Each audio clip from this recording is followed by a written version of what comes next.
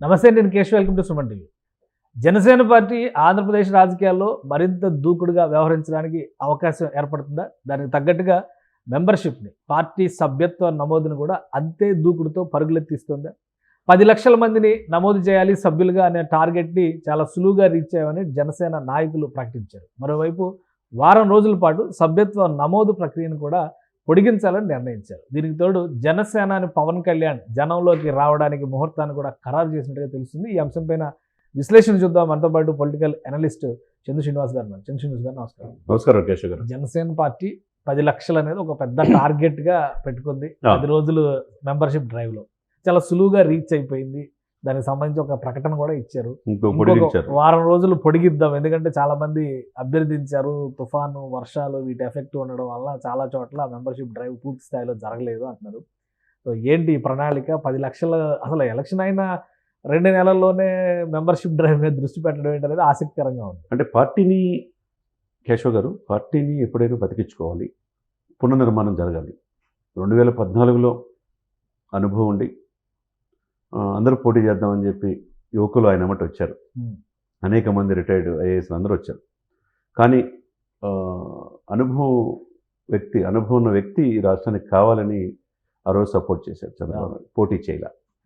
వాళ్ళు 2019 దాకా ఆయనతోనే ఉన్నారు. కొన్ని స్థానాలు పోటీ చేశారు, విడిగా పోటీ చేశారు. చంద్రబాబు నాయుడు గారు, పవన్ కళ్యాణ్ గారు విడిగా. కానీ అవతల జగన్మోహన్ రెడ్డి గారికి బెనిఫిట్ అయింది. ఎక్కడ ఒక్కటి రాపాక, వరప్రసాద్, రాజోలు ఒకటి గెలిచారు. 2 చోట్ల పోటీ చేసిన పవన్ కళ్యాణ్ గారు గెలవల. కానీ దశాబ్దం పైనే మొండేవాడు అన్నట్టుగా పవన్ కళ్యాణ్ గారు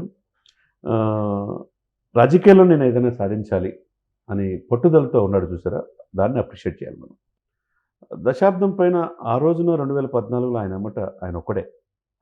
ఈ రోజున 10 లక్షల మంది సభ్యత్వం, 6.5 లక్షల నుంచి 10 లక్షలకు ఎగబాకి క్రియాశీలకి చేరారంటే అది ఆ పార్టీని ప్రజలు కోరుకుంటున్నారు ఆంధ్రప్రదేశ్లో. ఏదో ఎప్పుడు కూడా ఆ రోజు 2014 అనుభవం ఉన్న వ్యక్తి చంద్రబాబు నాయుడు సీఎం చేయడానికి ఉపయోగపడ్డారు. 2019లో విడిగా పోటీ చేసి 2 చోట్ల ఓడిపోయారు. దశాబ్దం ఎక్కడ పోటీ చేయకుండా నిలబడ్డాడు.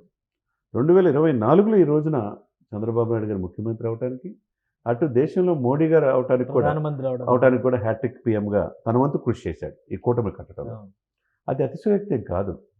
ఏ రోజైతే పవన్ కళ్యాణ్ గారు చూపిన ఈ మీడియా, కొన్ని సుమన్ లాంటి ఛానల్, యూట్యూబ్ ఛానల్ అన్నీ చూపించినాయి. కానీ శాటిలైట్ ఛానల్స్ అయితే ఆయన చూపించడానికి ఎక్కడో మెయిన్ స్ట్రీమ్ మీడియా ఆయన 50,000 మంది వచ్చినా ఎక్కడ 10,000 మంది తక్కువ కాకుండా వచ్చారు. లక్షలు వచ్చినా కానీ ఏదో 12 పేజీలు 13 పేజీలు చూపించేవారు. ఫ్రంటల్ మీడియాస్లో పవన్ రాజకీయాలు పనికిరాడు అన్నారు. ఈ రోజున ఏంటి, మోదీ గారు పక్కన కూర్చున్న స్థాయికి ఎదిగాడంటే ఎక్కడ తొనకల్లా బెనకల్లా మీడియా తన సపోర్ట్ లేకపోయినా కొన్ని ఛానల్ సుమన్ లాంటి మిగతా సపోర్ట్ చేసిన, అంటే థర్డ్ జనరేషన్, అంటే 3వ ప్రత్యామ్నాయంగా పవన్ కళ్యాణ్ ఎదుగుదల కోసం నాలాంటి వాళ్ళు ఎంతోమంది కూడా ఎదురు చూశారు. పవన్ రాజకీయాల్లో స్వచ్ఛమైన రాజకీయాలు తీసుకోవాల్సిన ఆశించారు. తప్పులేదు కదా. ఈ రోజున 100% స్ట్రైక్ రేట్తో రావటం అంటే ఎప్పుడు కూడా ఒక సపోర్ట్ చేస్తే ఒక వ్యక్తిని ముఖ్యమంత్రి చేయడానికేనే ఉంటాడా, ఫ్యూచర్లో ముఖ్యమంత్రి అవుతాడనేది కూడా కొంతమందిలో ఉంది. ఈ రోజు ఎప్పుడైతే చంద్రబాబు నాయుడు గారు తనకు అనుభవం ఉన్న రాజకీయాల్లో పవన్ కళ్యాణ్ గారు పక్కన పెట్టుకొని సహ ముఖ్యమంత్రిగా, ఉప ముఖ్యమంత్రిగా ఆయనతో పాటు ప్రభుత్వ కార్యాలయాల్లో ఉండాలని ఒక గుడ్ మూవ్, సాంప్రదాయానికి శ్రీకారం చుట్టాడు. ఆశ అనేది ఉంది, ఫ్యూచర్లో పవన్ కళ్యాణ్ గారు సీఎం అవుతారని. ఆశ క్షేత్రస్థాయిలో ఉండాలంటే గ్రామ స్థాయిలో ఈ జనసేన పార్టీని ముందుకు తీసుకెళ్ళాలి. క్రియాశాలకు సభ్యుడు ఉంటే కదా మిగతా కార్యకర్తలు ఐడియాలజీ, సిద్ధాంతాలు జనానికి చెప్పే అవకాశం ఉంటుంది. కాబట్టి తప్పులేదు. అది ఎవరు ఊహించలా. ఇక్కడ సంబరాల్లో మునిగిపోతారు అనుకున్నారు. కానీ ఎక్కడ కూడా ఆయన ఈ రోజు కూడా ఒక విజయోత్సవ ర్యాలీ కూడా పాల్గొనలా. క్షేత్రస్థాయిలో దాదాపు 50 రోజులైనా ఇప్పటికి కూడా 10-15 గంటలు శ్రమిస్తానే ఉన్నాడు. త్వరలో మీరు అన్నట్టు జనంలోకి వెళ్ళబోతున్నాడు. వెళ్ళే ముందు ఇది గుడ్ మూవ్, ఒక బూస్ట్ లాగా పనిచేస్తుంది. అంటే ఎవరు ఊహించిన విధంగా 10 లక్షలు రీచ్ అయ్యారు. అవుతారా లేదా అనుకున్నారు 6.5 లక్షల నుంచి. తక్కువ ఇంత వరదల్లో కూడా అయ్యారంటే మంచి ఆహ్వానించబడ్డారు. ఇంకో వారం రోజులు సభ్యత్వం నమోదు 5వ తారీఖు పొడిగించారు.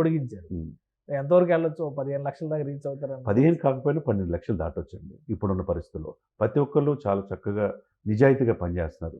చేసిన తర్వాత మొన్న కూడా మనం చూసుకున్న 81 మంది కార్యకర్తలు చనిపోతే వాళ్ళు దాదాపు ఎన్ని కోట్ల రూపాయలు వాళ్ళకి ఇచ్చారు వాళ్ళ కుటుంబానికి.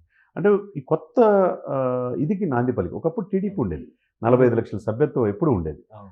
ఆ తర్వాత అంత స్థాయిలో ఈరోజు జనసేన ముందుకెళ్తాం అనేది కార్యకర్తలకి ఒక భరోసా. తన నాయకుడు ఎదుగుతున్న తీరుకి కూడా వాళ్ళు ఆనందంతో సభ్యత్వం వాళ్ళ ఫ్యామిలీని అందరూ దగ్గర తీసుకోగలుగుతారు. అవును. అది దాంతోపాటు నాడు ఆయన మీరన్నట్టు వాళ్ళ అన్నగారు నేను రాజకీయాల్లోకి ఉండలేనని చెప్పేసి వెళ్ళిపోయిన, అవును. ప్రజారాజ్యాన్ని కాంగ్రెస్లో కలిపిన, మొక్కువని ధైర్యంతో జనసేన అనేది ఒక చిన్న పార్టీ, ఒక మొక్కని ఆ రోజు నాటాడు. ఈరోజు దశాబ్దానికి ఆ ఫలాలు ఈరోజు ఆంధ్రప్రదేశ్ వ్యాప్తంగా విస్తరించింది అంటే చాలా గుడ్ మూవే కదా. దీన్ని బట్టి ఒక వ్యక్తి ఎదుగుతున్న తీరుకి ఈరోజు పార్టీని క్రియాశీలకంగా 10 లక్షలు దాటించిన తీరుకి ఆయన మీద నమ్మకాన్ని ఎంత ప్రజలు, ఆంధ్రప్రదేశ్ ప్రజలు థర్డ్ ఆల్టర్నేట్గా ఆయన్ని చూస్తున్నారో, ఆయన్ని ముఖ్యమంత్రిగా చూడాలనే ఆశ ఎంత బలంగా ఉందో దీన్ని బట్టి ఈ సభ్యత్వాల ద్వారానే మనం చెప్పవచ్చు. ఇంకోటి 5వ తారీఖుతో ఈ సభ్యత్వాల నమోదు గడువు ముగుస్తుంది. అవునండి. పవన్ కళ్యాణ్ గారు ప్రతి నియోజకవర్గంలో నేను పర్యటిస్తాను అన్న ఫలితాల తర్వాత చెప్పారు. అవును. ఆ యాత్రలో షెడ్యూల్ చేస్తున్నారు, మళ్ళీ ఆయన జనంలోకి వెళ్ళబోతున్నారు. సో ఏమన్నా క్లారిటీ ఉందా, ఎక్కడి నుంచి మొదలు పెడతారు? డెఫినెట్గా అండి. ఉత్తరాంధ్ర నుంచి ఆయన స్టార్ట్ చేయబోతున్నాడు. విశాఖపట్నమే ఆయన వేదిక. ఎక్కడైతే కోల్పోయాడో, ఎక్కడైతే గాజువాక ప్రజల కోసం పోరాడాడు అక్కడ గెలిపించలే, కానీ అక్కడే ఉన్నాడు.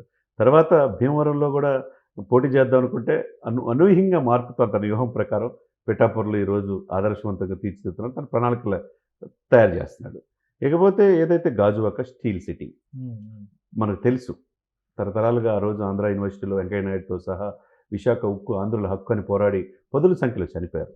దాన్ని వదులుకోవడానికి సిద్ధంగా లేరు. మంత్రులు కావచ్చు, సెంట్రల్ మినిస్టర్స్ కావచ్చు, అందరూ కూడా విశాఖ స్టీల్ని ఇక్కడే ఉంచడానికి ప్రయత్నం చేస్తున్నారు. దాంట్లో ముఖ్యంగా పవన్ కళ్యాణ్ గారు చూపించిన చొరవ ఉత్తరాంధ్రలోనే ఆయన వెనకబడుతున్నాన్ని, ఉత్తరాంధ్రలో ఉద్దానాన్ని ప్రపంచానికి తెలియజేసింది ఆయనే, భవన కార్మికుల కోసం పోరాడింది ఆయనే, మత్స్యకారుల కోసం పోరాడింది ఆయనే. లండన్ నుంచి డాక్టర్లు కూడా రద్దు చేశారు, గవర్నమెంట్ డెసిషన్ చేశారు. లండన్ నుంచి డాక్టర్ సొంత డబ్బు ఖర్చు పెట్టి తీసుకొచ్చి ఈరోజు ఉద్దానం రీసెర్చ్ సెంటర్ పెట్టి మొన్న ముఖ్యమంత్రి గారు, మాజీ ముఖ్యమంత్రి గారు ఓపెన్ చేశారంటే, అంటే వేలాది మంది చనిపోతుంటే తరతరాల నుంచి ఆయా పార్టీని పాలిస్తున్న పాలకులు నిర్లక్ష్యంగా వివరించారు. ఫస్ట్ టైం ప్రపంచాన్ని తెలియజేసింది పవన్ కళ్యాణ్ గారే. కాబట్టి ఉత్తరాంధ్రలో ఆయనకు ఒక ఎమోషనల్ అటాచ్మెంట్ ఉంది. ఏదైతే గద్దర్ అయితే తెలంగాణ నుంచి వారాహి యాత్రలు ఉంటాయా? వారాహి యాత్ర ఉండొచ్చు. ఇప్పుడు గద్దర్ ఎట్లా మామూలు పర్యటన జరుగుతుందా? అంటే వారాహి అంటే అదొక అటెన్షన్ ఉంది కదా. అవునండి. అంటే ఇప్పుడు వారాహి ఆ టైం ఉండకపోవచ్చు, కానీ మామూలు పర్యటనలు జరుగుతాయి. ఎందుకంటే క్షేత్రస్థాయిలో మీరు గద్దర్ని ఎప్పుడు తెలంగాణ ఉద్యమాన్ని, నీళ్ళు నిధుల నియామకాలని, ఆ పోరాటాన్ని స్ఫూర్తిగా తీసుకోమని చెప్తాడు. ఆ స్ఫూర్తి తీసుకోబట్టి ఈరోజు అధికారంలో వచ్చింది. ఈరోజు వంగపండు సాహిత్యం ఉత్తరాంధ్రలో ఆయనకి ఇష్టం బాగా. ఆ విధంగా ఉత్తరాంధ్రలో శ్రీకాకుళం, విజయనగరం, విశాఖపట్నం ఎక్కువ వలసలు వెళ్తున్నాయి ఆ ప్రాంత సమస్యల కోసం. ఇకపోతే రిషికొండ టూరిజం శాఖ కూడా ఆయన కింద ఉంది. ఆ కొండని ఏం చేశారో మనకు తెలుసు. తర్వాత దాదాపు 25,000 కోట్ల రూపాయలు అక్కడ సర్క్యూట్ హౌస్, సిటీ కమిషనర్ ఆఫీస్తో సహా మొత్తం తనఖా పెట్టి ఉన్నాయి. మరి ఈ సమయంలో అందులో శాంతి అనే ఆమె ఈ మధ్య క్రియాశీలకంగా అశాంతికి గురి చేస్తున్న కొంతమంది వైసీపీ అప్పుడున్న నాయకులు, ప్రేమ సమాజం, దస్పల్ల ల్యాండ్స్, ఇవన్నీ కూడా ఏంటంటే ఉత్తరాంధ్ర పర్యటనలో ఇప్పుడు ఉన్న ఉప ముఖ్యమంత్రి గారు ఏం మాట్లాడబోతున్నాడు అనేది ఒక యాంగ్జైటీ ఉంటుంది. ఏదైనా విశాఖపట్నం ఆయన ఎంచుకోవటం, ఒక యాత్రకి శ్రీకారం చుట్టడం, ఒకవైపు పార్టీని సంస్థాగత నిర్మాణం చేయటం, దీన్ని స్ట్రక్చరల్గా వెళ్ళాలండి. నాయకుడు అనే వ్యక్తి ఏంటంటే ఒక వ్యక్తిని, ఒక పార్టీ తనతో నమ్మిన సిద్ధాంతాల కోసం గ్రాస్ రూట్ లెవెల్లో వెళితేనే ఆ పార్టీ బతుకుద్ది. దాన్ని మెంబర్షిప్ డ్రైవ్ అనేది ఒక అద్భుతమైన ప్రక్రియ. దీంతోపాటు పార్టీని గ్రామ స్థాయిలో సంఘటన చేసి సమర్థవంతమైన వ్యక్తిని, దశాబ్దం తన వెన్నంటే ఉన్న వ్యక్తుల్ని ఒక ప్రాధాన్యత ఇచ్చి అన్ని జిల్లాల్లో ఒక అధ్యక్షుల్ని వేసి ఈ పార్టీని ఎప్పటికప్పుడు ఒక సిద్ధాంతాలు తీసుకెళ్తే కనుక రాబోయే రోజుల్లో ఈ జనసేన పార్టీకి ఒక మంచి ఆదర్శవంతమైన పార్టీగా తీర్చిదిద్దటంలో ఎటువంటి అతిశక్తి లేదనమాట.